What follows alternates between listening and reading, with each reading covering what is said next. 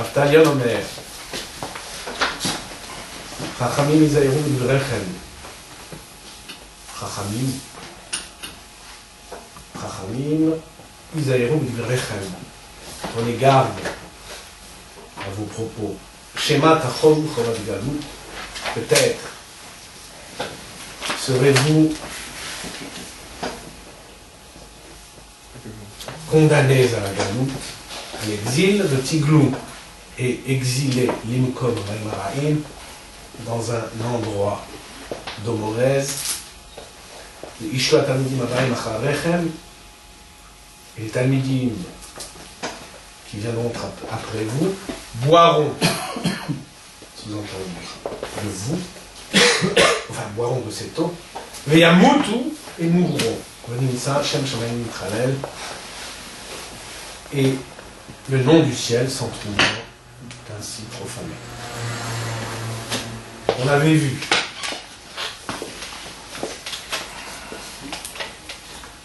la difficulté que les Mefarshim avaient avec cette Mishnah d'Aftalion. Tous conviennent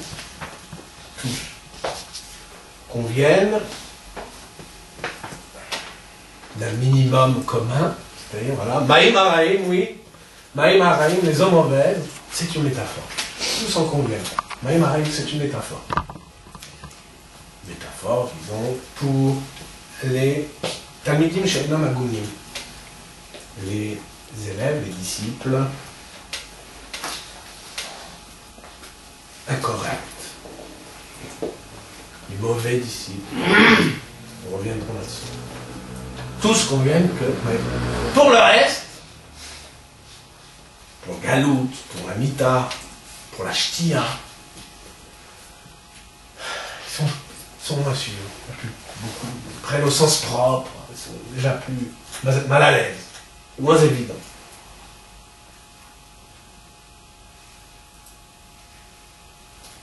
Qui la plupart prennent à la lettre que voilà, qu'il s'agit d'un être qui serait frappé d'une chovat galout, d'une peine de la galout, d'une peine de galout, d'exil, et qui serait exilé, etc. Voilà voilà ce dont tous conviennent. Pour nous, on l'avait dit la dernière fois, il s'agit non pas d'une simple métaphore, mais d'une parabole. Toute cette Mishnah de Naftalion est une parabole. Disons un machal. C'est une parabole. Seuls deux protagonistes sont à prendre au sens propre. Les Talmidim et Chachamim sont à prendre au sens propre, évidemment. Et Talmidim Abaim Acharechem. Tout le reste, sauf, bon, évidemment, on dit ça Shem Shem Mitraim, mais ça je le garde pour le plein de résistance.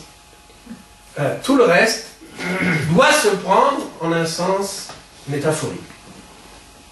Et je m'appuie sur Rashi. Donc je reprends sur le pirouge de Rashi. Je reprends le pirouge de Rashi.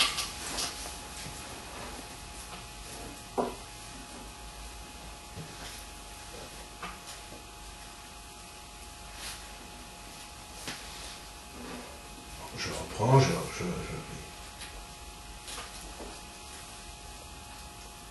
reprendre ce que nous avions dit pour l'essentiel la dernière fois. Quand on pense par soi-même, quand on pense pour soi-même, c'est-à-dire, je vous rappelle, bim como, c'était l'expression arrachée.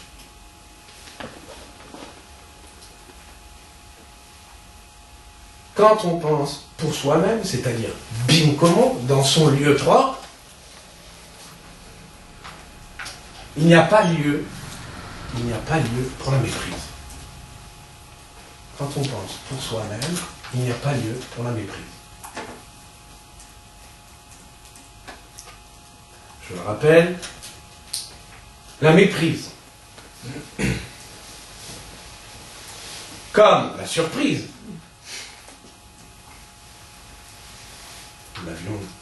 déjà dit la dernière fois, suppose une altération radicale. La méprise suppose l'altérité. Le lieu de l'autre. Makom Acher. En vérité, il s'agit à la lettre d'un lieu autre. Tout ça, Makom Acher, c'est tiré du Pérouge de Rashi. J'aurais peut-être, pour ceux qui n'étaient pas là, j'aurais peut-être dû reprendre le Pérouge de Rashi. Alors je vais juste vous dire ce que dit Rashi.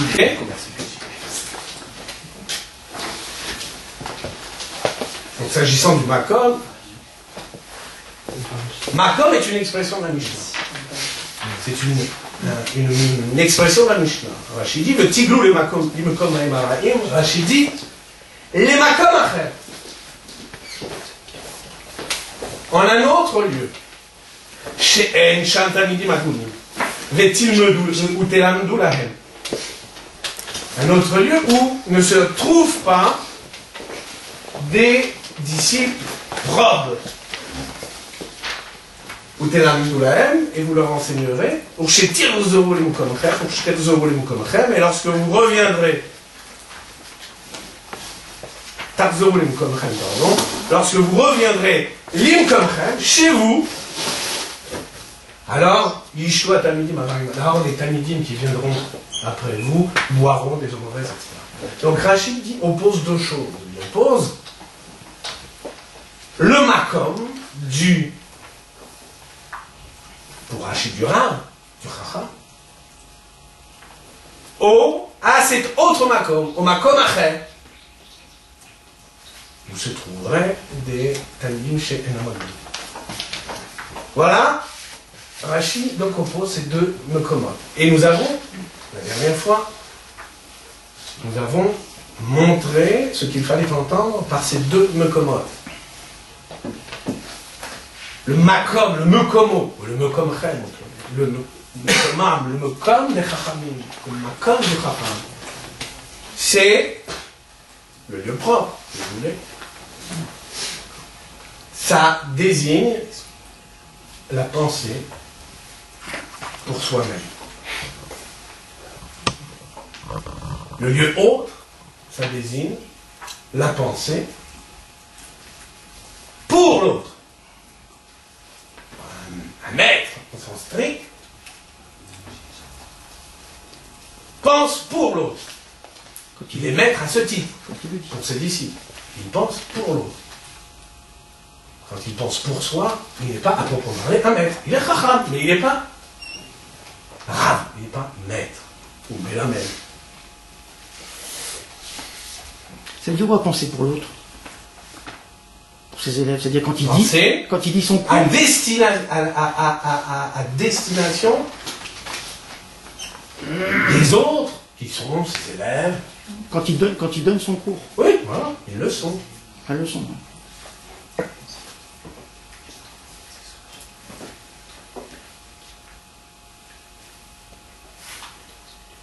La méprise suppose l'altérité. Quand je pense, quand le maître, le chacham pense pour lui-même, il n'y a pas lieu pour la méprise. En revanche, s'il pense pour l'autre, Rachid dit, dans les mots de Rachid, quand il dit chacham mizaïru b'divrechem, Rachid dit bechazarat shmuatrem. Lorsque vous répétez votre leçon, lorsque vous préparez votre leçon pour les autres,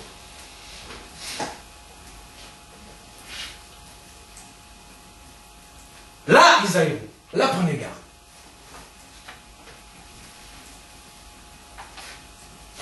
Le lieu de l'autre, en vérité, il faudrait dire le lieu autre, mais je montrerai qu'il y a. Il faut être nuancé. Il y a quand même une différence entre le lieu de l'autre et le lieu autre. Nous verrons laquelle.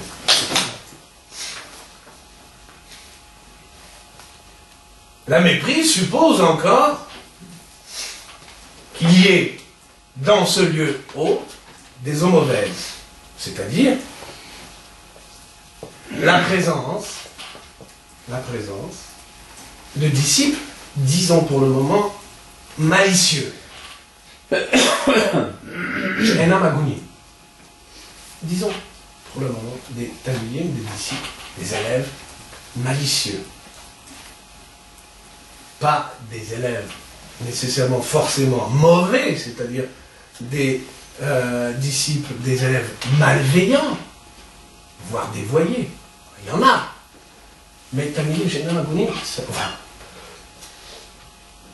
ici, il ne s'agit pas seulement de ces talmidim-là. Je fais remarquer que c'est les Mefarshim qui parlent de talmidim, She'enam Agunim. C'est pas forcément le talmidim. C'est n'importe quel autre, du moment qu'il m'écoute, et du moment que je lui destine ma leçon. C'est n'importe quel autre, qu'il soit ou non mon élève. Donc, entendez, talmidim, lavdavka, c'est-à-dire un auditeur. Un auditeur. Qu'il soit ou non mon élève. Mon auditeur. Donc, voilà pour la pensée pour soi-même. Bimkomo. Quand le chacham pense pour lui-même, médite, il n'y a pas lieu pour la méprise.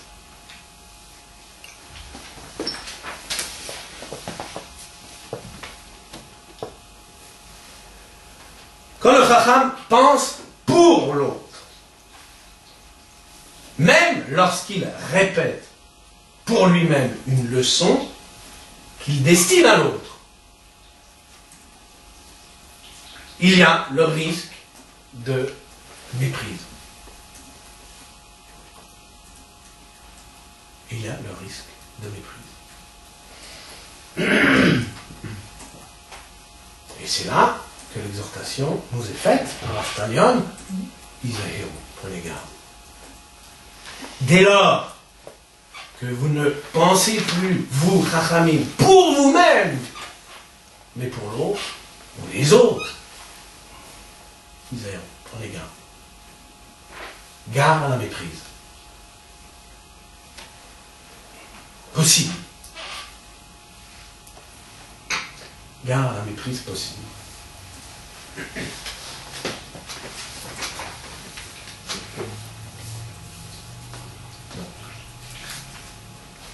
Un pas de plus. Quand le chacham, cette fois, communique sa leçon.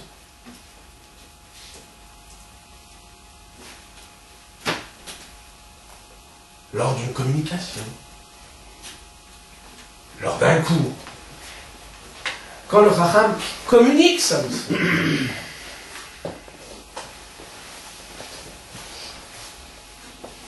qu'il parle pour l'autre, qu'il s'adresse à l'autre, qu'il parle pour lui, qu'il pense et parle pour lui, qu'il porte sa parole à son endroit. Il porte sa parole à son endroit.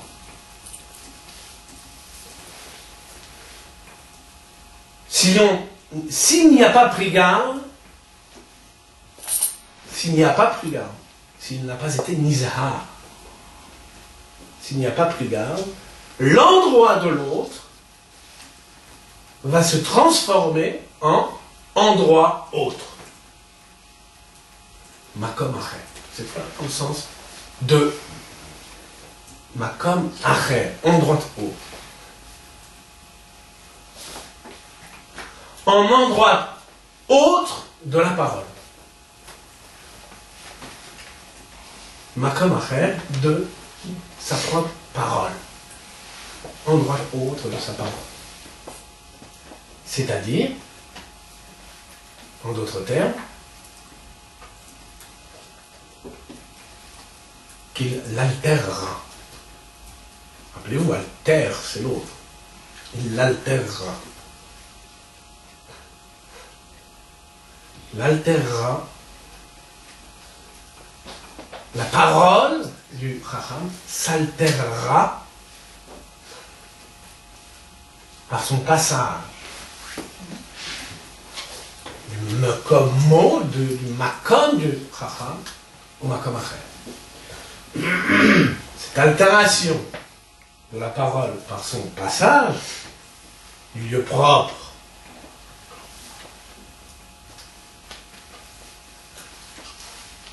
au lieu de l'autre, au lieu autre, c'est ce qu'on appelle galout. C'est galout. Cette altération de sa galout. Ce que nous avons appelé la dernière fois l'exil de la parole. L'exil de la parole menace toute parole magistrale dès lors qu'il y a communication.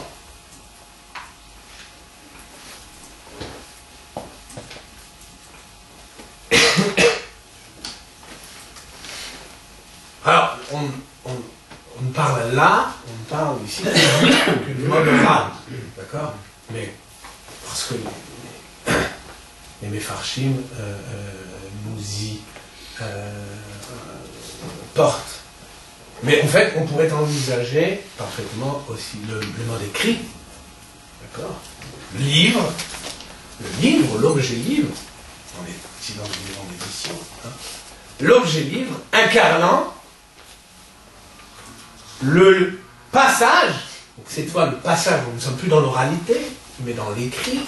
Dans l'écrit, ce passage de la parole du lieu propre au lieu de l'autre s'incarne dans cet objet qu'on appelle le livre.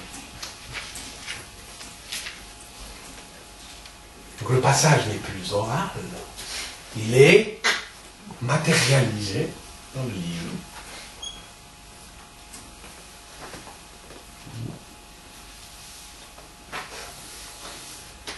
Dans le cas du livre, évidemment, dans le cas du livre, le lieu de l'autre, c'est très vite le lieu des autres, et pire encore, le lieu de la multitude. Et c'est important parce que la multitude, et le livre, vous l'avez compris, le livre, il est destiné à la multitude. Pas tous les livres. Oui, pas les nôtres, mais je veux dire, les livres, les autres livres sont destinés à la multitude.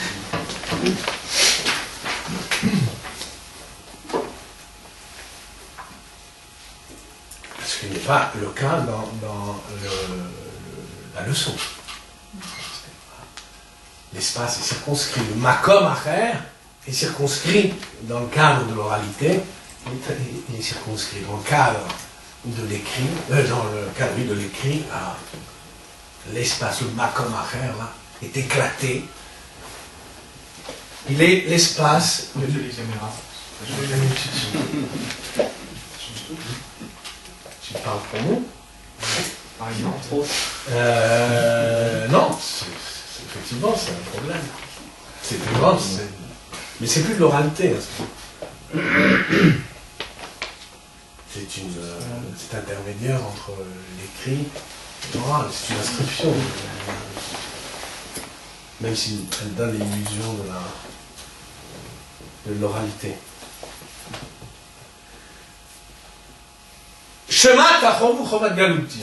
Ça c'est la Mishnah et Rashi qu'on a traduit de peur donc que vous ne soyez frappés d'exil, frappés de la peine, condamnés à l'exil et exilés dans un endroit autre. Ça veut dire quoi? Ça veut dire quoi? Rashi dit, je pense que vous soyez exilés dans un endroit autre. Ça veut dire quoi? Quel est le sens de cette parabole? Schéma de peur que le lieu de l'autre, l'endroit des Talmidim, ne se change en un endroit autre. pour la parole. De peur que le lieu de l'autre, c'est-à-dire de peur que le lieu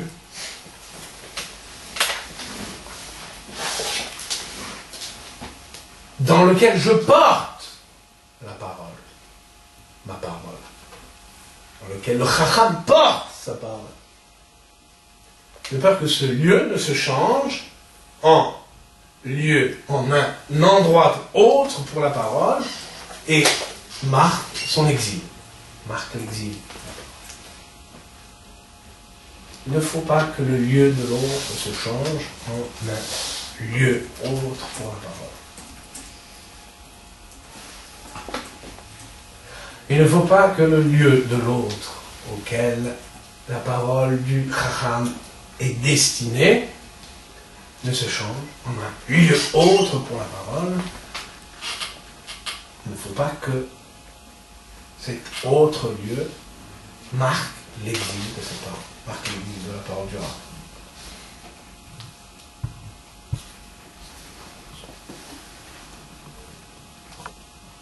Et avec Golé. Hein? Il y a une Mishnah, on en a parlé. Oui, on verra. D'accord. J'ai Golé comme Torah.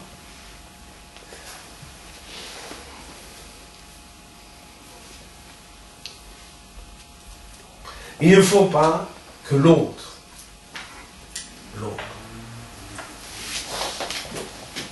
le Talmud, à l'endroit qu'il se trouve, ne rende autre la parole pour celui-là même qui l'a prononcée. Il ne faut pas que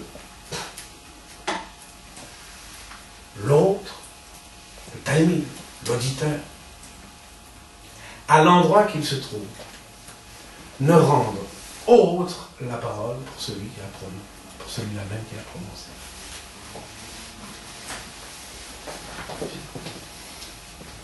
Alors, altération, qui ne signifie pas encore, j'insiste, qui ne signifie pas encore méprise.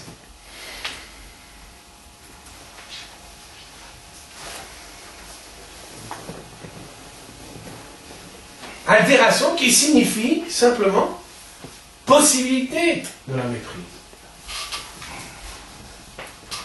Il y a méprise dès lors que la parole du Rav devient autre pour lui-même. Devient autre. Là, la méprise est possible. Devient autre. À cause du Talmud, devient autre pour lui-même. Alors, là, il y a possibilité de méprise.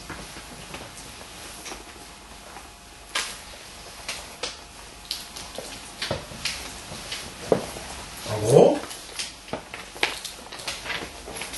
l'altération signifie, je me permets un néologisme, pourquoi pas, l'altération, non, celui-là il tombe bien. Il y en a un qui prépare le film. L'altération signifie que la parole du Rav est désormais mépréhensible. Méprendre, comprendre, bon, c'est se méprendre. C'est pas un néologisme très hagoun, c'est de la chair.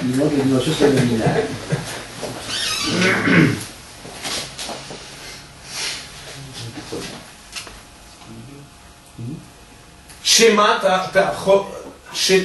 c'est ça le sens de Shema Tachomu Chovat Galut. De peur que vous ne soyez frappés, condamnés à l'exil, c'est-à-dire de peur que votre parole ne soit mépréhensible.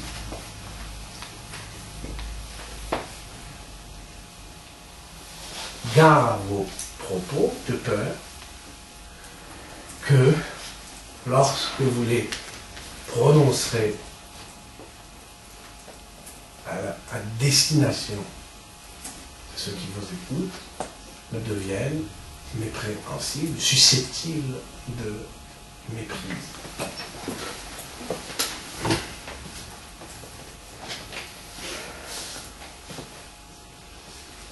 ותגלו למקום מים רעים. ותגלו למקום מים רעים. De peur que vous ne soyez condamnés à l'exil et exilés dans un endroit d'eau mauvaise. Comprenez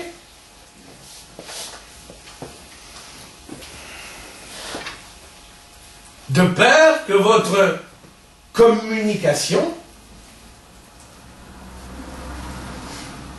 votre leçon, ne se transforme en exil de la parole à cause de disciples mal avisés. Il faudrait dire malentendants. Entendre mal. Mal entendre. Oui, ça, ils font exprès de mal entendre. Non! Ah si, parce qu'ils sont raïm. C'est ça que tu te trompes. Mais c'est normal que tu fasses cette confusion. Ma'im, Ara'im, c'est pas le mauvais disciple. Ah, c'est la conséquence. C'est pas tendancieux, quoi. C'est-à-dire, c'est pas... Si, c'est mauvais, Ma'im, Ara'im. Alors. Mais Ma'im, Ara'im ne désigne pas les mauvais, ne désigne pas les disciples. Il désigne, les autres désignent la leçon, les propos du maître devenus des eaux mauvaises à cause de disciples mal avisés. Mal. C'est ça qui est grave. Évidemment, c'est ce que je disais la dernière fois, c'est ça qui est incroyable dans le propos, c'est que évidemment, on a vite fait d'entendre que Ma'im, Ara'im, c'est les mauvais, les Spinoza et compagnie. Non, mais ils sont quand même mal avisés. C'est réglé au moins. Oh, c'est pas. Mais c'est pas ça. Non, c'est pas ça, les Ma'im, Ara'im. Les Ma'im, Ara'im, c'est la Torah elle-même. Oui, mais il est reçu quand même par des... C'est la Hora'a du Ram. Rashi, il dit, quand vous êtes Morim, c'est la Hora'a. C'est une portion de la Torah, mal entendue. Mal entendue. Comme des choses sont mal entretenues, et ben celle-là, cette parole-là, elle est mal entendue. De mal entendu, cette chose, cette parole, cet enseignement devient mauvais. Maïmaï. Non mais, et ça, tu comprends pourquoi personne ne veut l'entendre. Je veux dire, dans le monde de l'étude. Parce que c'est pas la faute de l'élève, c'est la faute. Parce que c'est terrible ce qu'il fallait entendre. Ça veut dire quoi? Les mauvais élèves, on les liquide, c'est facile. Mais quand ça pourrit à l'intérieur, quand les eaux mauvaises se propagent, alors là, qu'est-ce qu'on fait? Parce qu'en plus, c'est Talmidim Agounim. C'est les Talmidim Agounim qui voient. Oui, mais tu dis quand même que c'est mal entendu. Donc il y a quand même. Oui, mais on ne dit jamais. La Mishnah ne caractérise en vérité jamais ses disciples. C'est la faute au. Non, on ne dit rien de ses disciples. C'est les Mefarshim qui reconstituent. La parabole ne dit rien.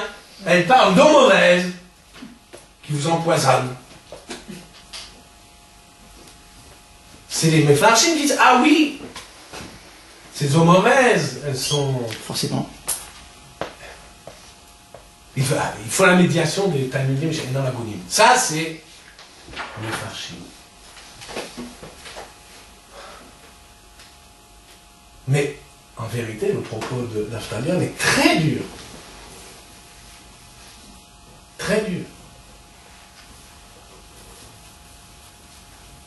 C'est Oraot, Rachamim, c'est Oraot que vous prononcez. Gars, elles peuvent, si vous n'y prenez garde, elles peuvent se transformer en mauvaises. Se transformer en mauvaise et empoisonner même les bons, les disciples probes. Ça. C'est la force du propos. C'est pour ça qu'il faut... Attention, merde, c'est pas tellement... n'est pas une métaphore pour... D'ailleurs, le Rambam me dit, tout de suite. On le verra, mais... C'est pas une métaphore pour les mauvais disciples. Sinon, il aurait dit, fais attention à tes disciples, fais pas attention à ce que tu dis. C'est-à-dire, fais attention à qui tu le communiques, quoi. C'est ce que... Si je vais dans ton sens, c'est-à-dire, en fin de compte, c'est ça. Si tu veux. Parce que sinon, fais attention à ce que... Oui.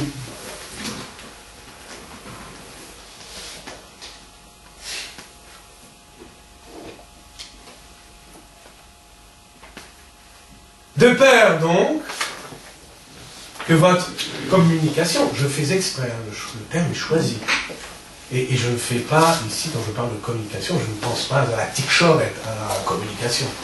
Je ne sais pas comment dire en anglais. Hein? Communication. Ah, d'accord. J'entends qu'on dit, voilà, on dit une communication de monsieur un tel, dans ce sens-là. Le son, prise de parole. Et vous comprendrez pourquoi je tiens à ce terme.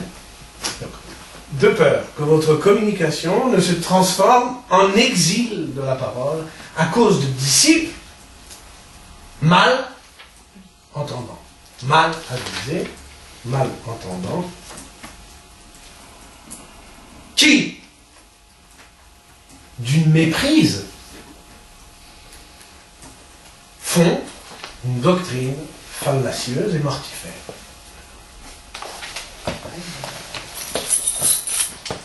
Vigamotu.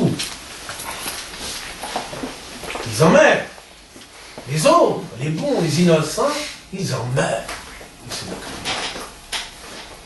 Et on peut dire, c'était le propos provocateur, le point de provocation de la dernière fois, on peut dire que d'une certaine manière, l'orthodoxie souffre de ces eaux mauvaises.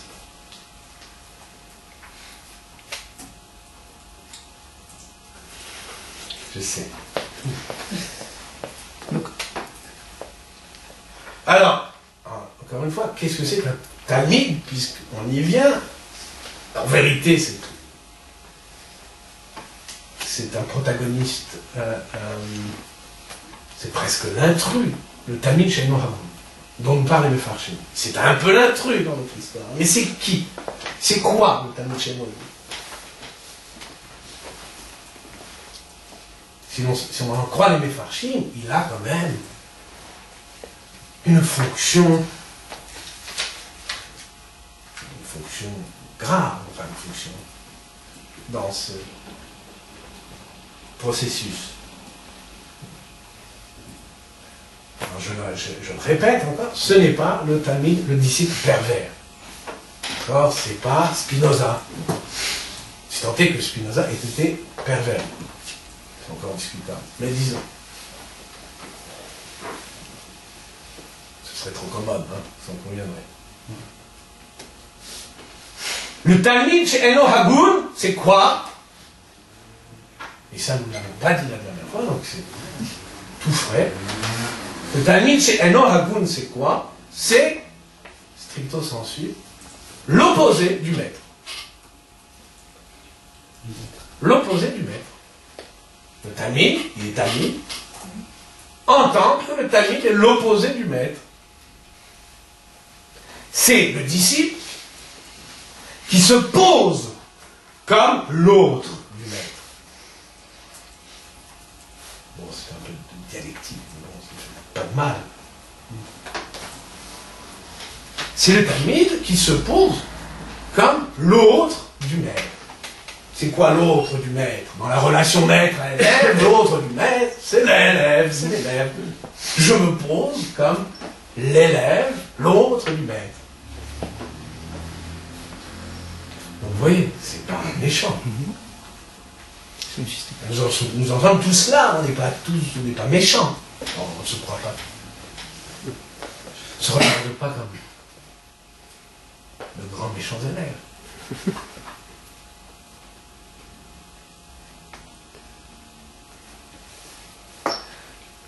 C'est le disciple l'élève qui s'oppose, donc se pose comme l'autre d'eux, s'oppose à lui, pas d'une opposition, vous m'avez compris, pas d'une opposition de principe ou volontaire. Ouais, comme les élèves, comme ça. Ça, dans toutes les classes, hein, on était profs, on a toujours des élèves qui font les... Pas ça, je parle pas, c'est pas ça que j'entends par opposition.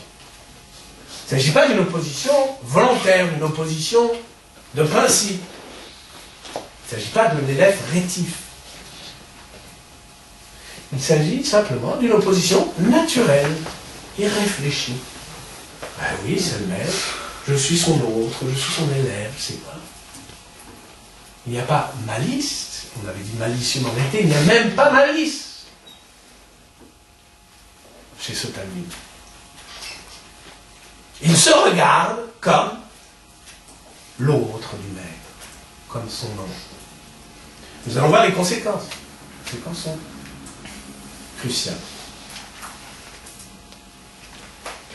Pour cet élève, pour ce Talmud, C'est tout élève, non? hein? Alors ce serait la fin des haricots si c'était le cas tout élève. Il n'y aurait pas Talmud Magounim.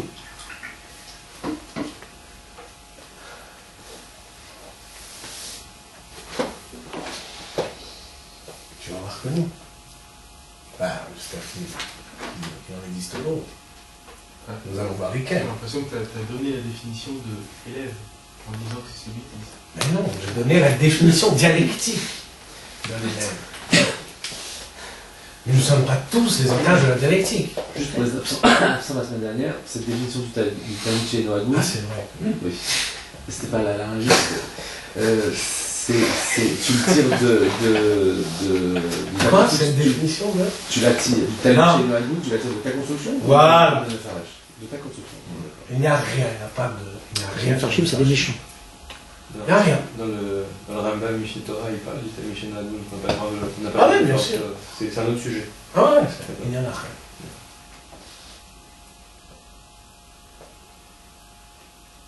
D'accord?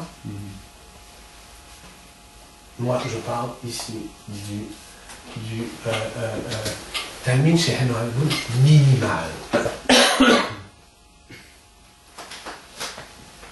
D'une définition minimale du Talmud chez Noagou. Regarde, je viens arbitrager, mais tous les élèves, tu vas voir que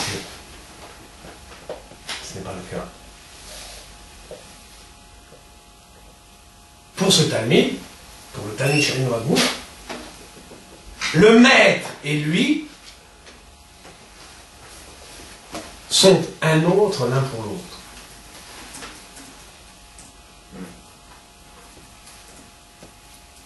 Eh bien, cette position d'altérité, position au sens actif, cette position d'altérité de l'élève lui fait altérer la parole du maître. Il suffit que l'élève se pose comme l'autre du maître pour qu'il altère la parole du maître. Pour qu'il rende autre la parole magistrale pour le maître lui-même. Tu as parlé d'auditeur tout à l'heure. C'est autre chose? Ou c'est l'auditeur aussi. le Talmud, c'est l'auditeur Ouais, aussi. c'est, je dis, Donc c'est on est le Talmud Lavdavka. On est forcément, celui qui écoute la leçon du maître est forcément dans la définition que tu Voilà. donnes.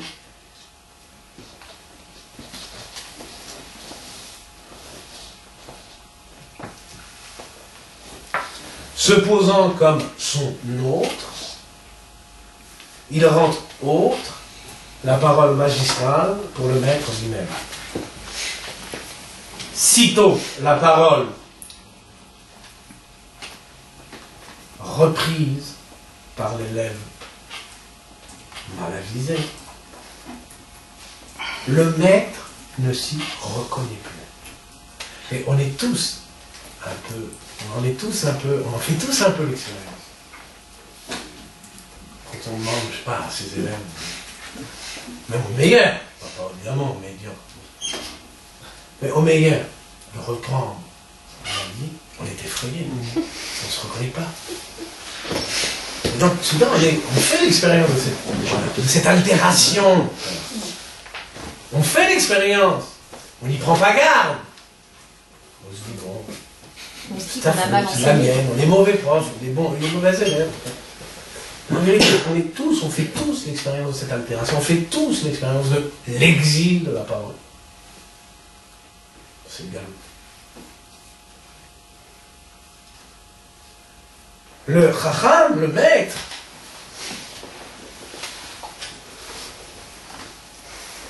ne se reconnaît plus dans la redite de l'autre comme tel. La redite de l'autre qui se pose comme l'autre lui-même. Ça veut dire quoi? Je veux dire à l'inverse. Maintenant, on dit, mais c'est tous les élèves. Donc, vraiment, c'est fichu, quoi. Ben ouais. Quelle idée d'être prof. Hein? Quelle idée d'être prof. Quelle idée d'être prof. Par extension, c'est en dehors de la relation maître à élève, le rapport à l'autre est fait de ça aussi. Oui, bien sûr. De toute façon. Sans être Mais bon, il s'agit pas de chorma. Il s'agit de devenir du destin de la chorma. En gros, chachamim isaouz vrachem. C'est-à-dire que de la chorma peut, si l'on y prend garde, dégénérer, à force d'exil, en poison, en eau mauvaise. C'est quoi donc le Talmud Amoun? Là, du coup, on respire. Ça n'existe pas. L'élève propre, c'est à l'inverse celui qui ne s'oppose pas au maître. Je veux dire, à Annie, je veux dire qu'il ne se pose pas comme son autre. Le Talmid Amoun, c'est l'élève qui ne se pose pas comme l'autre du Chacham, comme l'autre du maître, comme l'autre que celui qui écoute. Au contraire, il aspire au même. Alors, pour parler platonicien, on peut égaler Platon. Pour parler platonicien, le Talmid Amoun aspire au même. Je vais m'expliquer, bien sûr. En français. Il aspire au même. Il aspire à quoi? Il aspire à l'identité d'intelligence. Il aspire à comprendre le Chacham comme le Chacham se comprend lui-même. C'est ça le Talmud Amoun. Toi, tu veux simplement comprendre, t'es un Michel Mamou. On est dans la merde, pour le dire attention. Il y a tout l'édifice, l'instruction, l'éducation. C'est dans la merde. Dans les eaux mauvaises. Oui, les eaux mauvaises. C'est vrai que la merde, ça tue pas. Hein. Et les eaux mauvaises, on mange.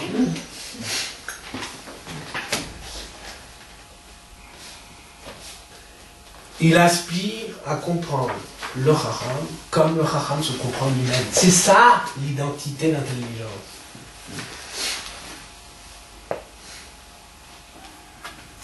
S'il n'aspire qu'à comprendre comme il peut. Oui. Mais si c'est le cas, le Chacham n'a pas besoin de faire un effort d'être zahir au départ. S'il a en face de lui ce type d'élève, il n'a pas besoin de ce que dit la Mishnah, de faire attention. Bien sûr. Ben si. Que ceci. Comment le Chacham le sait-il? Ah, il ne sait pas qu'il est en face de lui. Il ne connaît pas ses élèves. Alors, Il ne connaît pas ses élèves. Je ne connais pas ses élèves. Il n'est jamais sûr de ses élèves. Bon, peut-être. jamais sûr de ses élèves, la manière. Ça, dans le dos, c'est... À qui va 24 000? La probité chez un talmide, parce que j'appelle la probité chez un talmide, le caractère hagoun d'un talmide, c'est une vraie distinction. C'est de l'ordre de l'excellence. Cette aspiration à comprendre, le chacham comme il se comprend lui-même. Cette aspiration à, on peut le dire, puisqu'on en a déjà parlé bon, il y a longtemps, à l'imitation. Ça, c'est fondamental. Ça, c'est un trait d'excellence. Mais, Hagoun, le caractère Hagoun du Talmud, c'est un trait d'excellence. Ah bon, on ne va pas rentrer dans la marloquette Shammai et Hillel. Est-ce qu'il faut avoir des Talmidim, qu'ils soient ou non Hagounim? Il s'en trouvera peut-être un dans le... Et Shammai qui dit non. Il nous faut des lèvres qu'Hagoun, que Hagoun, que Paul. On élimine l'autre. C'est notre marloquette.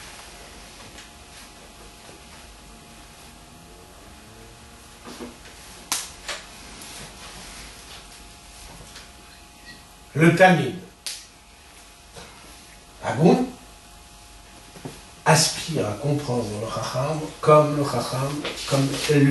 comme il se comprend lui-même, comme le Chacham se comprend lui-même. En sorte que le lieu de l'autre, le lieu du Talmud, ne se change pas en un lieu autre pour la parole, et provoquant de ce fait son exil. Mais, on a un lieu commun. C'est pour ça que je parle de communication. Lorsqu'on a un Talmid Hagoun, le Makom Acher, mais entendez, pas Makom Acher, pardon, mais le Mekom Acher, le lieu de l'autre, le lieu de Acher, mais pas dans le sens qu'on connaît. Le mekom de l'autre, le lieu de l'autre, devient le lieu commun. Mekom, un makom echad. Un seul lieu pour le Rav et le Talmid. Et pas mekomo et makom acher. Makom echad. Ça, c'est le déon.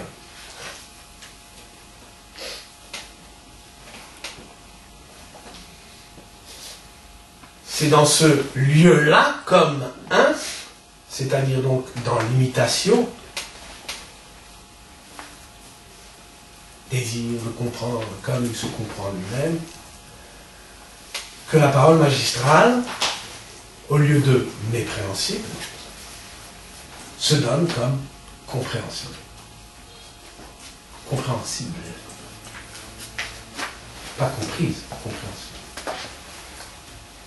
Elle se donne comme compréhension. C'est uniquement dans ce lieu commun que la parole se donne, la parole magistrale se donne comme compréhensible.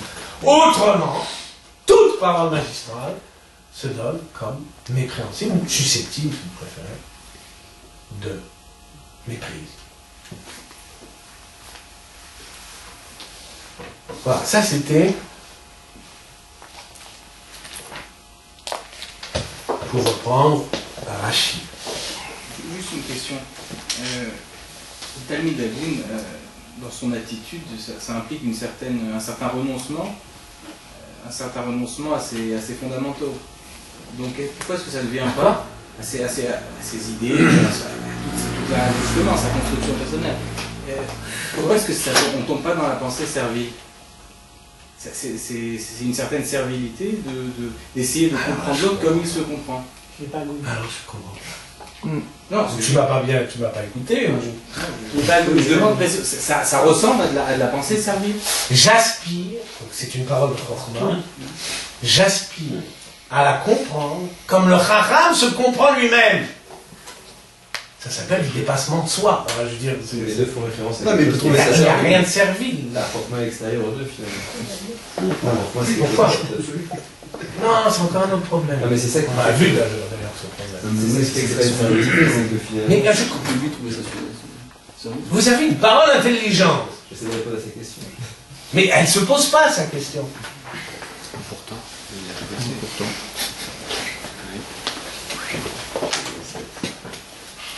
Tu as une parole intelligente.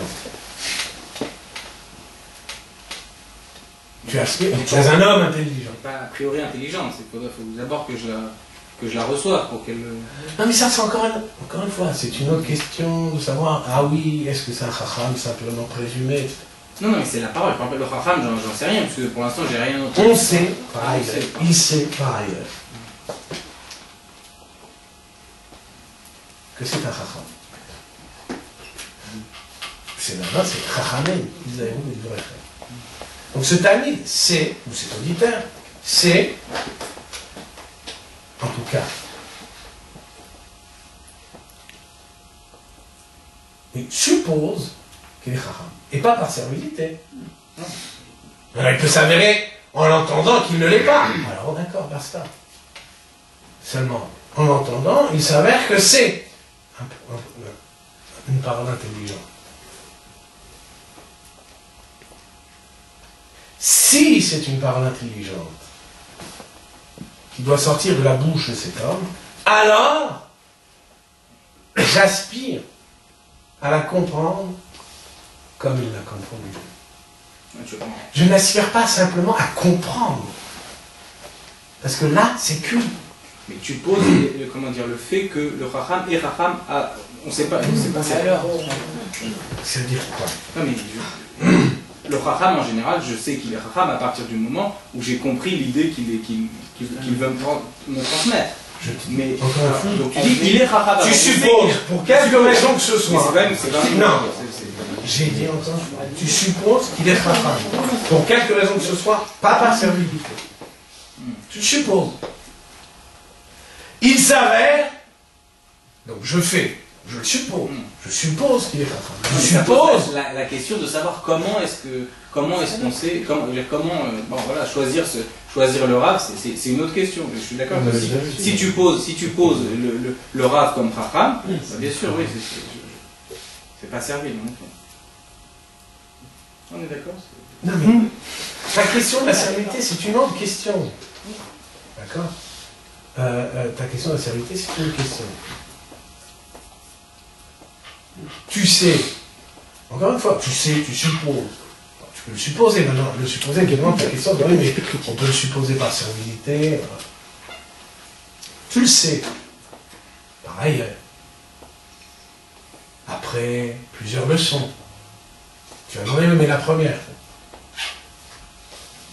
Tu sais, pour l'avoir éprouvé, tu sais que ces leçons sont intelligentes. Qu'il tient des propos intelligents. Tu veux l'entendre. C'est là que tu commences.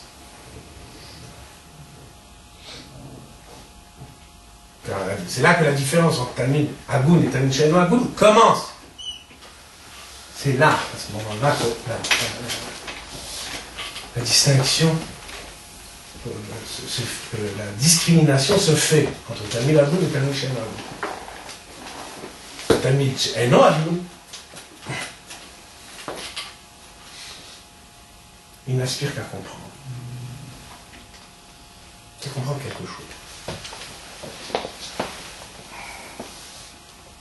Le Talmid Hagoun aspire à l'identité de l'intelligence avec l'homme.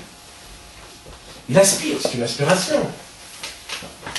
Évidemment, il n'est pas dit qu'il parvient, qu'il parviendra. Il n'est pas sûr qu'il parvienne. Il n'en est pas sûr. C'est peu importe, c'est égal. Et je dirais même qu'un Talmid Hagoun peut vouloir même comprendre mieux que le chacham ne se comprend. Alors là, c'est un Talmid Hagoun vers chacham. C'est encore plus rare. Alors, on passe à la transition, donc à Maïmonide. au Pirouche du Rambam, la transition s'impose d'elle-même, puisque le Rambam, comme plus nettement encore que les autres Mefarshim, dit qu'ici l'enjeu de cette Mishnah, c'est effectivement la méprise. Mais quand on regarde, quand on regarde de près, c'est plus nuancé. On va reprendre le Rambam et je reviendrai à l'arabe quand il y a lieu.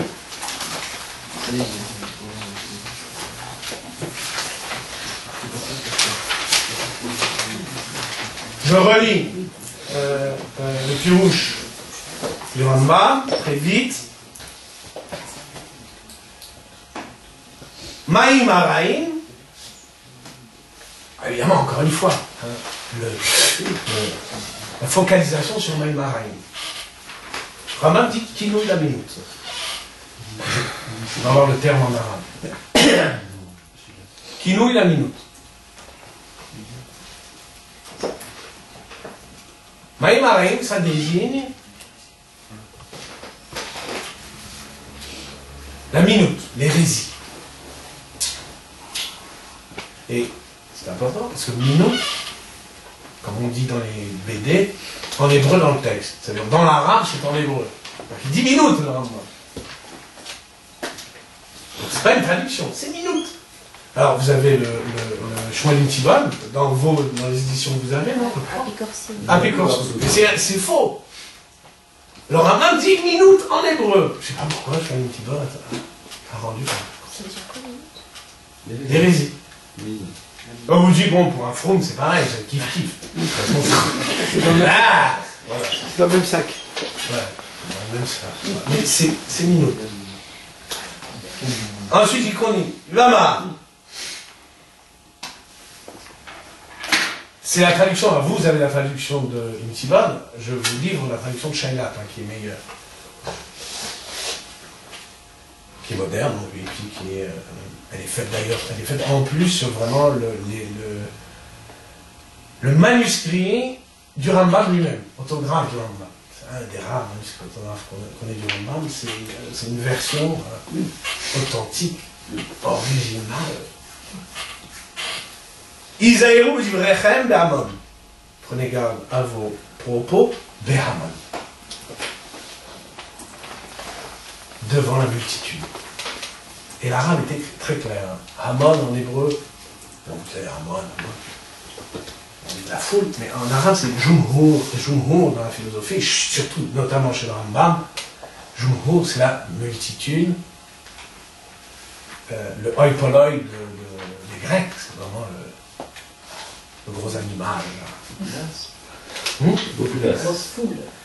Non. La multitude. Là, les hommes dans leur multitude. Non, là, c'est multitude. C'est la multitude aristocrate, que ce soit composée d'aristocrates ou non. La variété. Non, c'est pas la variété. C'est la purulence. Purulence du nombre. La purulence du nombre. C'est très péjoratif.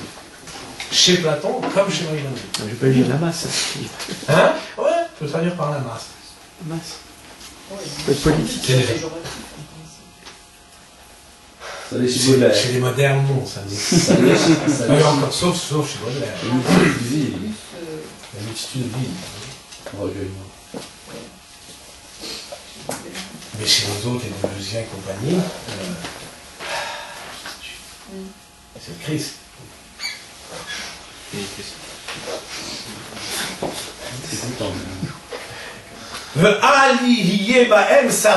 Comme Pérouche. Donc prenez garde à vos propos devant la multitude. Alors, cette fois, je reprends, je m'autorise le droit de reprendre la traduction de Shainat, je vais me donner un et je traduirai très exactement. Je lui dis qu'il n'y ait pas Safek ou me comme Pérouche, qu'il n'y ait pas d'ambiguïté et de place au Pérouche. En arabe, c'est dans mon arabe Oui, tu peux y aller. Il ne faut pas qu'il y ait ihtimal dans l'arabe dans l'arabe philosophique, c'est la possibilité, pas au sens de efshaout, c'est un autre sens, c'est possibilité, probabilité, risque. Ça y est, ihtimal. Il ne faut pas qu'il y ait possibilité, risque, ni place, donc il ne faut pas qu'il y ait possibilité de, ni place, c'est la place, à l'interprétation. Et là, le terme électrique qu'il est choisi, c'est ta'wil en arabe. Et le ta'wil, quand vous lisez mon pérouche, en hébreu, ça ne dit rien, pérouche. Ça ne dit rien. Et quand on dit ta'wil en arabe, surtout au temps de Maïmonide, ça dit beaucoup de choses. C'est un terme du kalam, notamment donc de la théologie musulmane, et notamment ce qu'on appelle les usul al-fiqh, c'est les spécialistes les savants les spécialistes de la jurisprudence, fiqh, parce que fiqh dans la Rambam, pour parler du Talmud, il dit fiqh en arabe. Le code de jurisprudence, le code de loi. Les spécialistes, ils distinguent entre ta'wil et tafsir. Deux termes. Je reviendrai sur les différences. Simplement, je signale ici qu'il s'agit ici de ta'wil, interprétation. C'est pour ça que Pérouche prête à contresens. Vous allez savoir, vous allez voir pourquoi. Un contresens possible, c'est la traduction de Shmuel Tibon, ta'wil traduit par Pérouche. Il le fait aussi dans le guide. Dans le guide, ta'wil apparaît, on voit. Et il traduit aussi par Pérouche. D'accord? Mais ça prête à contresens, vous allez comprendre pourquoi, et c'est signalé d'ailleurs par Ibn Falakera dans son commentaire. Vous savez, il a fait un commentaire du guide, et il reprend les traductions de Shmuel Tibon. Souvent, il le corrige. Et il signale le contresens possible, pour le coup, de Pérouche, du mot Pérouche. Donc c'est ta'wil en arabe. Donc, il ne faut pas qu'il y ait possibilité de ni place à l'interprétation. En sorte que, alors là, les traducteurs ont beaucoup de mal avec l'expression qui vient, en sorte que, littéralement, c'est, en arabe, les gens qui sortent. Les gens qui sortent. Et, donc c'est pour ceux qui ne connaissent pas le Talmud, c'est évidemment incompréhensible, ça. Alors, vous avez la traduction, ils disent Anashim Kofri. C'est pas du tout une traduction, c'est une adaptation. En vérité, c'est les gens qui sortent. Pourquoi? Parce qu'il reprend l'expression talmudique de Yotzim le Tarbut Ra. Il sort, qui est une expression talmudique pour dire, voilà, il se dévoie. Je veux dire, intellectuellement, il se dévoie. Yotzim le Tarbut Ra. Il sort pour une culture mauvaise. Il sort dans une... Je ne sais pas comment on traduirait, si on doit traduire littéralement, c'est ça. Ils sortent... ils se dévoient dans la culture. Donc, c'est une expression qu'il reprend en arabe et il dit les gens qui sortent pour désigner simplement les déviants. Mais les déviants de l'esprit, pas les déviants de mœurs. Les déviants de l'esprit.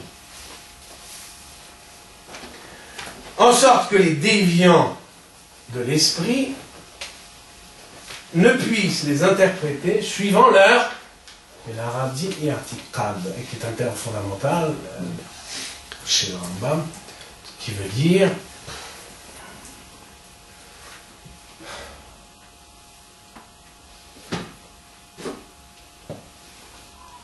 il y a les idées, parmi les idées rationnelles, il y a les idées démontrables. Les idées démontrables qui font l'objet de démonstrations, et des idées rationnelles indémontrables. Mais, encore une fois, il ne s'agit pas du tout d'axiomes. Les axiomes sont indémontrables. D'accord? Mais i'tiqad, c'est encore plus compliqué. On traduit souvent par dogme. Mais les dogmes ne sont pas rationnels, d'une autre façon. Enfin, dans l'Église, en tout cas, ils ne sont pas rationnels. Les dogmes catholiques ne sont pas rationnels. Et Atikad, chez Rambam, c'est rationnel. Ça relève du da'at, ça relève de la connaissance. C'est pas les intuitions. Mais pas de la démonstration. C'est pas les intuitions. Non, parce qu'il dit par exemple, le principal Atikad, que vous savez, c'est Da, Sheyesh, Sham, Matsu, Yeshon. Da, ce qu'on dit. Lui, il dit Da dans l'hébreu, mais c'est la reprise de l'arabe, dans le Sefer HaMitzvot, il emploie le verbe, le mot Yatikad. D'accord? Donc, c'est quelque chose, c'est une idée qui relève du Da'at, mais qui n'est pas démontrable. C'est une croyance rationnelle, on va dire. Je ne sais pas si le terme est très juste, mais c'est une croyance rationnelle, par opposition aux croyances Irrationnelles. oui, à la croyance religieuse, notamment, à la foi. Il en donne un exemple, Hein? il en donne un exemple. Ben celle-là, Dash et Sham. l'existence de Dieu. Il n'a pas choisi le plus. Rationnel. Il n'a pas choisi le plus. Tu sais, c'est pas son métier, il paraît que faciliter les gens. Hein. Il y en a tant d'autres pour ça. Donc, voilà, ça c'est Yatika. Donc c'est important, le terme est important. Quand vous avez vous avez vu l'hébreu, le Shailan, et je pense que c'est pareil chez les Intibon, c'est Emouna, confession, d'accord, croyance, dans le sens. Là, pour le coup, ça traduit plutôt la foi. Et donc c'est un gros kafir qui a retraduit le guide sur ce mot, et notamment il appelle Sefer HaMitzvot aussi. Il dit voilà, il y a une difficulté. Shmuel Imtivon traduit Itzerkal par Emouna, par la foi. Évidemment, ça prête à un contresens. Et les contresens sont terribles. C'est-à-dire les conséquences de cette mauvaise traduction est terrible parce qu'aujourd'hui, tous les font par des articles de foi, croient que le Rabbi me dit que c'est un principe de foi fondamental. C'est n'importe quoi. C'est un contresens complet à cause d'une mauvaise traduction de Shmuel Imtivon. C'est du da'at. Il faut. C'est une remarque. Donc le terme est choisi. Donc, afin qu'ils ne puissent les interpréter, c'est le même mot que tawil, c'est le verbe. Donc tawil devient, suivant leur i'tikad, disons leur croyance rationnelle. Et de peur que les élèves qui les auraient déjà entendus de vous ne tournent. Alors le tourne, l'arabe est encore plus clair, il dit ne régresse, ne rétrograde dans l'hérésie. Pensant que tel était bien votre i'tikad, à vous les chachamim. Ce qui constituerait une profanation du nom, comme il est arrivé à Otigon. De ça. Ça c'est le Rambam.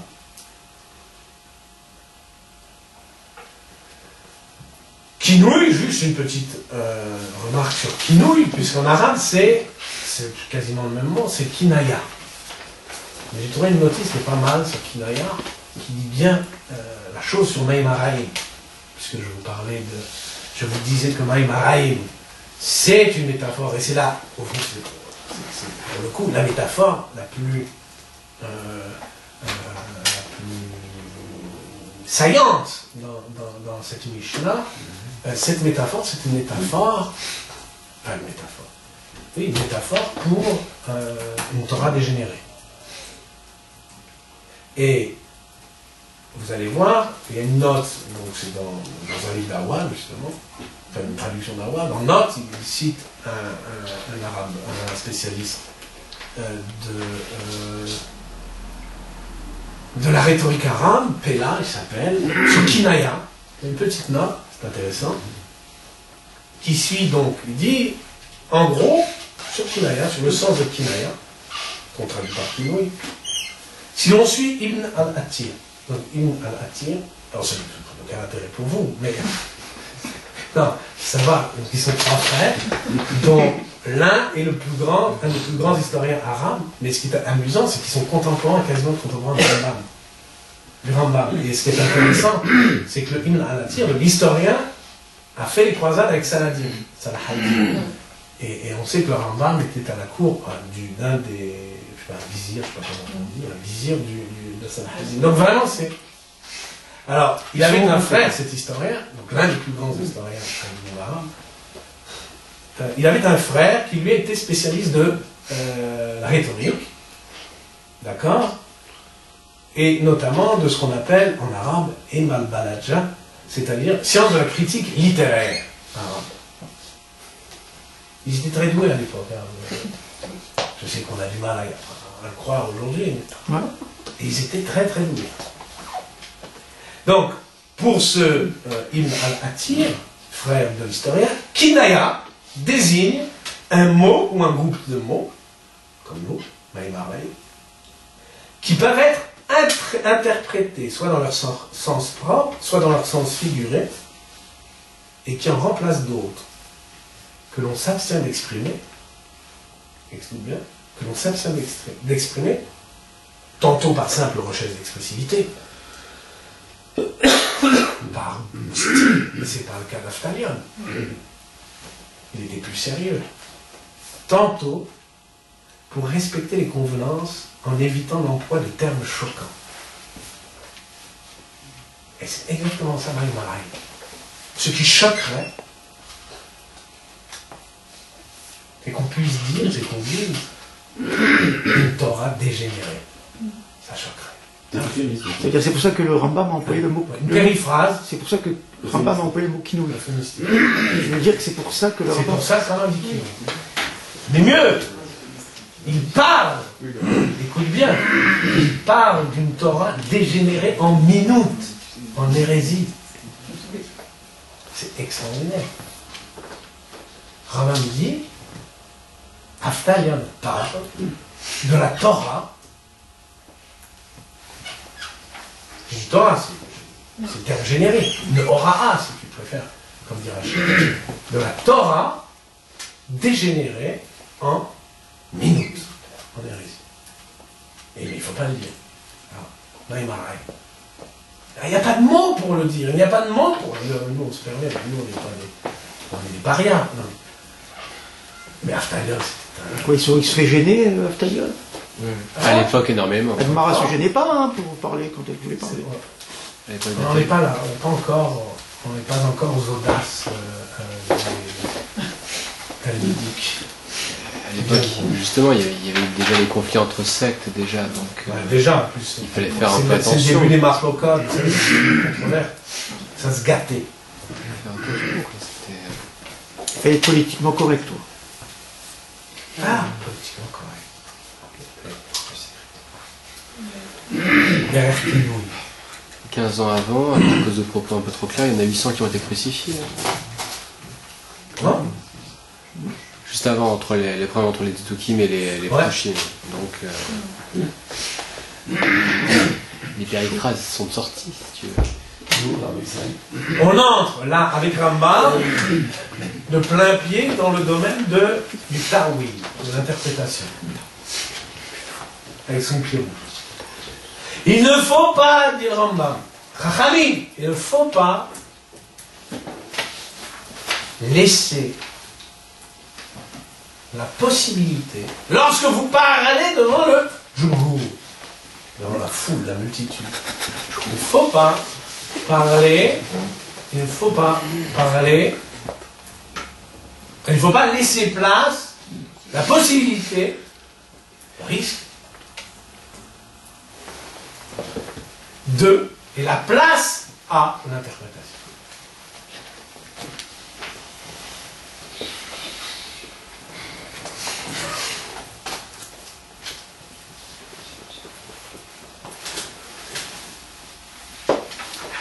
J'ai dit que Tawil s'oppose à Tafsir dans le monde arabe. Notamment en islam. Tafsir, vous avez regardé, Tafsir c'est la même racine que Bata. d'accord, interprété. Enfin, Le tafsir, c'est l'interprétation. tafsir. Le tafsir désigne, grosso modo, l'explication littérale. Tafsir. Tawil, lui, vise le sens ésotérique. Dans l'islam, j'entends. Là, je suis.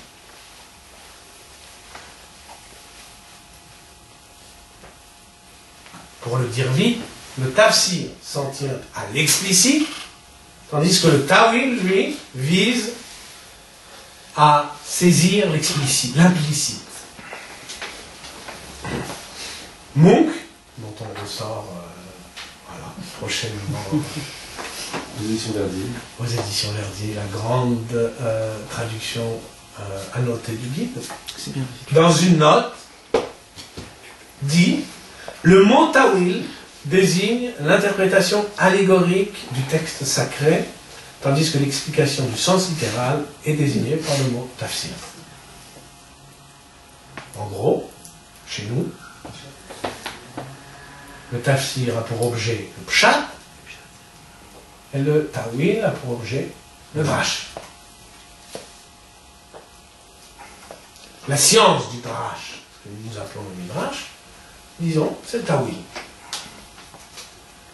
La science du pshat, c'est le tafsir.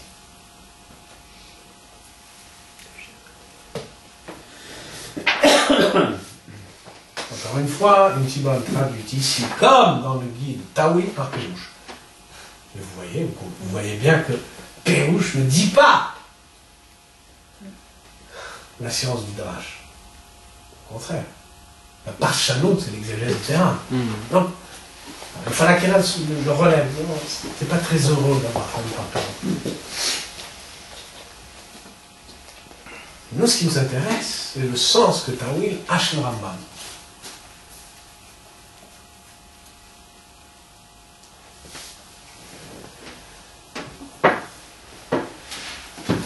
Le 2.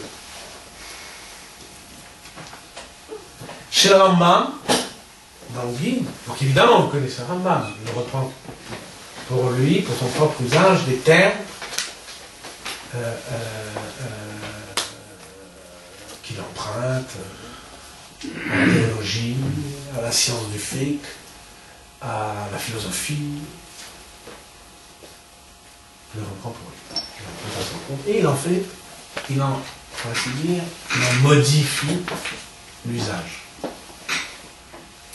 Le Rambam, dans le guide, pour le Rambam dans le guide, Tawil désigne très exactement l'interprétation qu'il fait, lui, des images prophétiques.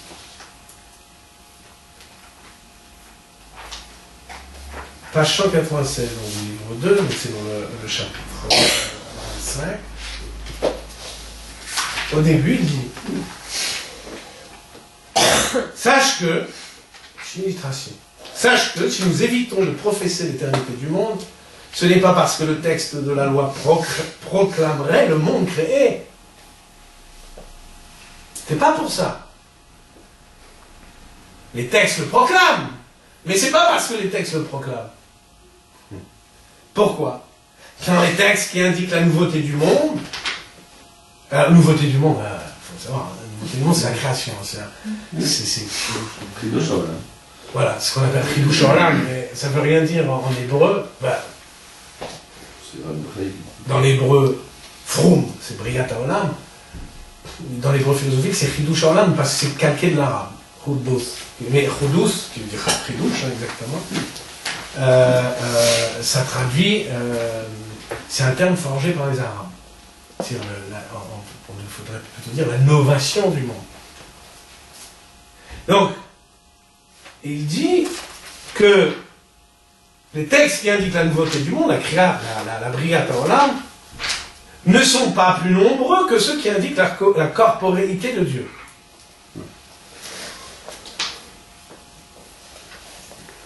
Il y a des passages, effectivement, qui parlent de la création d'un monde.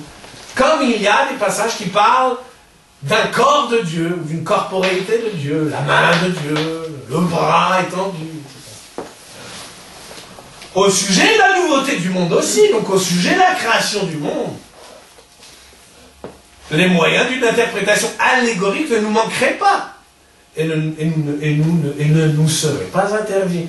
Il dit, comme moi, Rambam, de même que tous les passages où on attribue la corporéité à Dieu, je les interprète, taouil, c'est le mot, eh bien, rien ne m'interdirait de faire de même avec les passages relatifs à la création du monde. Les interpréter. D'accord?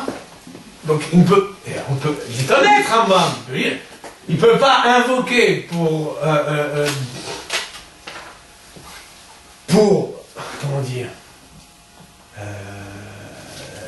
pour prouver la création du monde, il ne peut pas invoquer les psukim.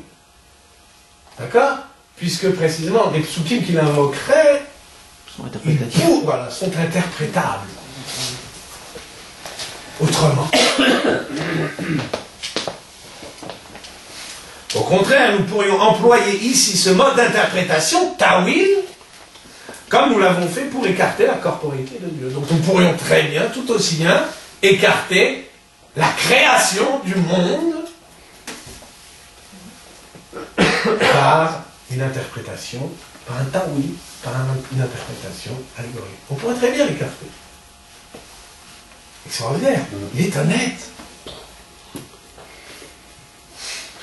Bereshit bara Elohim. C'est écrit, c'est écrit. Le Rambam il dit, c'est écrit, soit c'est aussi écrit la main de Dieu, etc. Tu crois qu'il faut prendre à la lettre la main de Dieu? Qui me dit qu'il faille prendre à la lettre ici? Bria. C'est peut-être une métaphore, une image. Ce qu'il dit. Il dit, va même plus loin. Peut-être même serait-ce beaucoup plus facile. Et serions-nous très capables, on n'en doute pas, d'interpréter les textes en question et d'établir l'éternité du monde. Établir le contraire. Bereshit, bara, Elohim, c'est la preuve, dit-il, que le monde est éternel. Voilà ce qu'il dit. Le mot, c'est un oui. Or, vous savez que les passages sur la corporéité de Dieu, c'est tout le premier livre. Hein, Dieu parle, la main de Dieu, Dieu chevauche, Aramon, toutes ces images prophétiques. Ben, le pauvre Rambam s'arrache les cheveux pour... C'est à oui.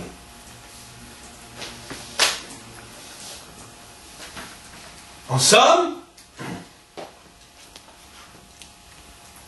ce que propose le Rambam, c'est une sorte d'herméneutique du langage prophétique, ou plus exactement, d'une herméneutique philosophique du langage prophétique. Voilà ce que propose le Rambam. D'accord? Bon, ça on connaît, on n'a pas l'invité.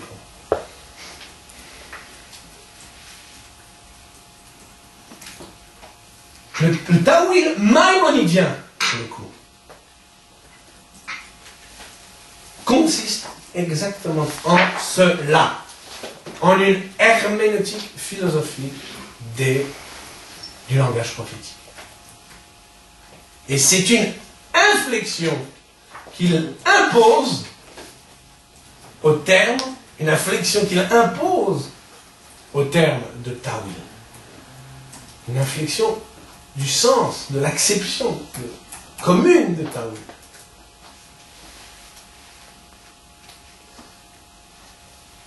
Dans le sens, communément, le ta'wil, c'est la science du drash. C'est le midrash. Rambam ne fait pas du midrash. Il dit, bah moi, mais ça s'appelle ta'wil. C'est voilà. Imaginez, c'est comme s'il disait, ben voilà, je vous fais du midrash maintenant. Et il nous débat l'Aristote, des intellects. Ah, tu m'as dit c'est du midrash. Ah, je vois les autres qui disent ah, les hystéries. Ça, c'est donc ça, ta'wil. Rendre, dans la langue philosophique, c'est le proche du Rambam, rendre, enfin, projet. Le projet est initial. Ce n'est même pas le projet initial. C'est la première partie de son projet initial, puisque son projet initial, c'était un livre sur la prophétie. Donc il était question dans la première partie d'élucider les images prophétiques et d'écarter, comme il dit, la corporéité de Dieu. Et dans une deuxième partie, d'expliquer ce que c'est que la prophétie. Mais vous savez qu'il y a un livre 3, son projet initial, il a débordé, et effectivement, il a débordé sur la question de la providence.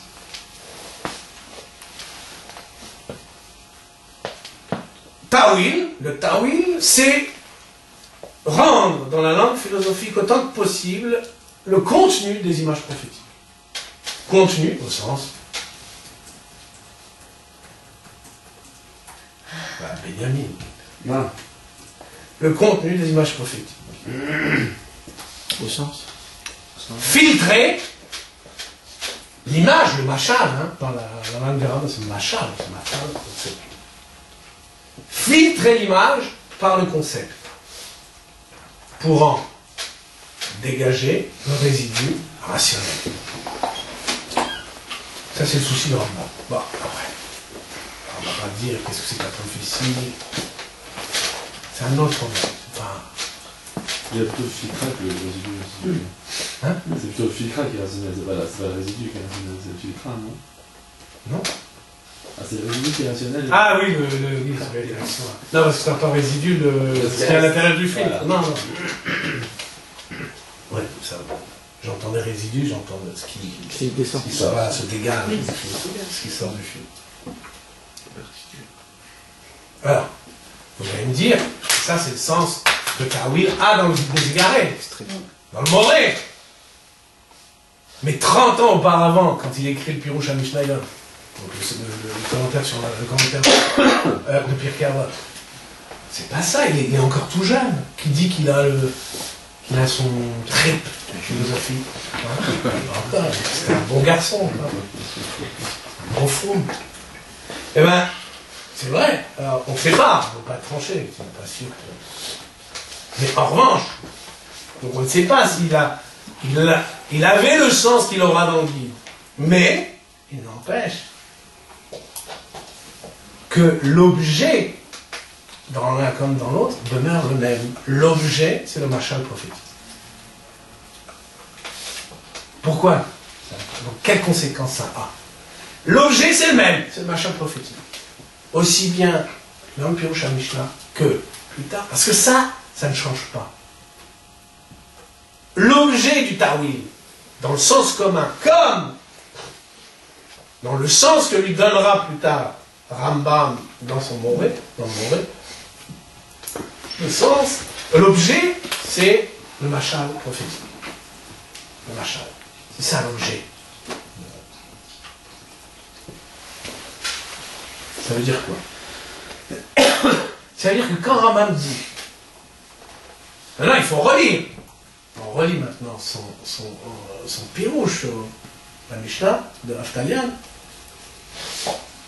Il ne faut pas qu'il y ait la possibilité ou le risque ni la place à l'interprétation.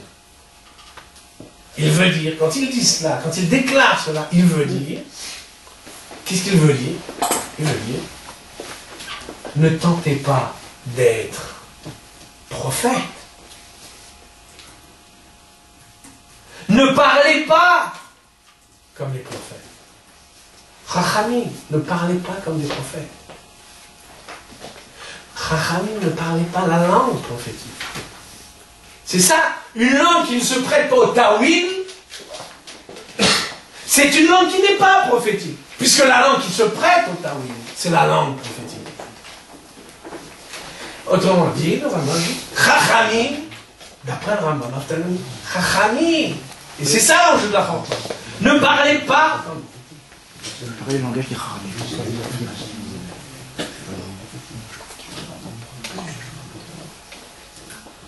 Mais les choses se gâtent. On pourrait dire, on pourrait s'en tenir là, les choses se gâtent. Encore une fois, se gâtent pour le Rambam, pas pour Pas pour un. Mais, encore une fois, rappelez-vous, c'est les débuts de la Chorma. Transition de la névoie à la Chorma. Transition de la prophétie à la Chorma. Évidemment, ça commence avec Ezra, mais ça se prolonge. C'est une maturation lente. Et évidemment, ça se prolonge avec les Zugot. Et ça éclot avec la Mishnah et la Gemara.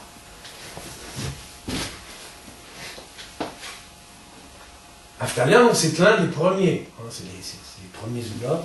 Les premiers Zugot, c'est les premiers Chachamim.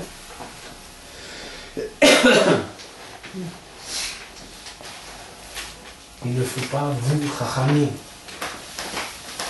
Il ne faut pas parler la langue prophétique. Voilà ce que le Rambam. Alors je dis que ça se gâte, pourquoi? Une précision. Là, tu fais une distinction entre la langue prophétique et la langue, l'usage de métaphores ou... L'usage de métaphores. Par exemple, notre Mishnah, elle est en quelque sorte... voilà, c'est paradoxal, moi je pense que... Ben oui, c'est paradoxal. Non seulement cela. En plus, il s'en prend, donc vous savez, l'exemple qu'il donne, c'est Antignos. Altiou, Carvadine, etc. Qui est une métaphore. Donc, effectivement, c'est une parabole, c'est un machal, hein, très bien. Premier problème. Et en plus, un machal difficile à élucider. Bon, ça c'est effectivement un problème, mais c'est pas mon principal problème.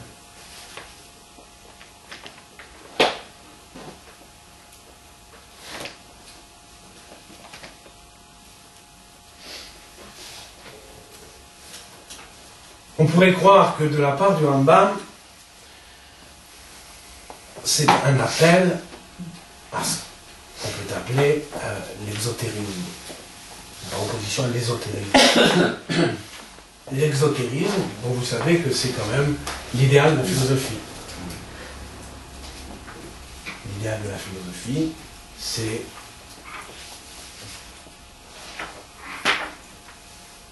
la transparence des intelligences.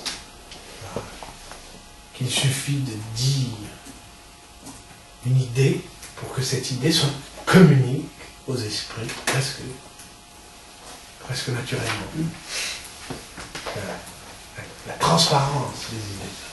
Les idées sont si bien dites qu'elles sont. D'accord? Ça c'est l'idéal. C'est aussi l'idéal de clarté de distinction, Descartes. Ou chez Boileau encore. Ce qui se passe bien, c'est moins clair, voilà. C'était un classique. Donc, est-ce que de la part de Maïmonide, on pourrait croire que de la part de Rambam, c'est un appel à l'exotérisme, un appel à la clarté, à la distinction. Chachamim, vous vous souvenez que Rambam, dans une lettre, dit ouais, Platon, qui recourt au mythe, machin. D'ailleurs, il le critique justement pour son usage du machal. Et Platon est trop obscur. Chachamim, clarté, distinction. Est-ce que c'est ça? On pourrait le croire.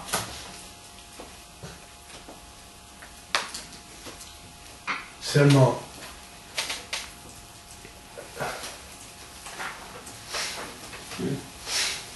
ça se gâte.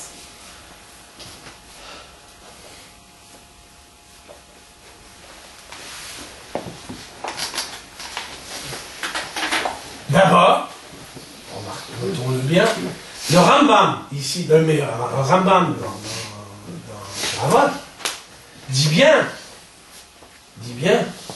devant la foule, devant la multitude. Chachamim, devant la multitude, parler, entre guillemets, clairement et distinctement, sans obscurité. Parabolique. D'ordre prophétique. De type prophétique. Or, il ne s'agit pas là de l'idéal des Lumières. C'est pas les foules, les masses heureuses, hein, qui s'émancipent à la lumière de la raison. C'est pas ça du tout. Jumhur, chez Rambam, c'est la multitude, la canaille. Enfin, canaille. Pas la canaille en acte. Mais la canaille tout de même en puissance. Donc, gare. Donc, c'est seulement devant, on pourrait dire, c'est seulement devant la multitude que tu dois être clair et distinct. Ça, c'est une première chose. Il y a une deuxième chose, c'est que dans le Rambam, dans le guide, plus tard, vous savez, dans son introduction générale, à la fin de son introduction générale, il y a un très beau passage, assez négligé, c'est l'observation préliminaire, parce qu'on traduit par observation préliminaire, de 2-3 pages, à la fin de l'introduction générale du guide, sur les contradictions. D'où vient qu'il y a des contradictions dans les différentes sortes de discours. Premièrement, il dit il y a plusieurs causes de contradictions. Il en dénombre 7. D'accord? Et pour chacune de ces 7, ensuite il revient sur chaque type de discours, le discours prophétique, le discours de la Gemara, le discours talmudique, le discours philosophique.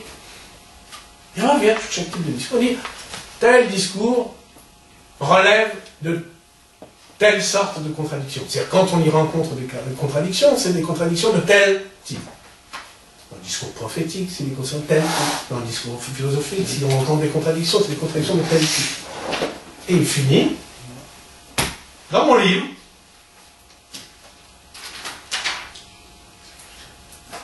enfin, les divergences, les contradictions qui peuvent exister, donc c'est le dernier type de discours, l'océan.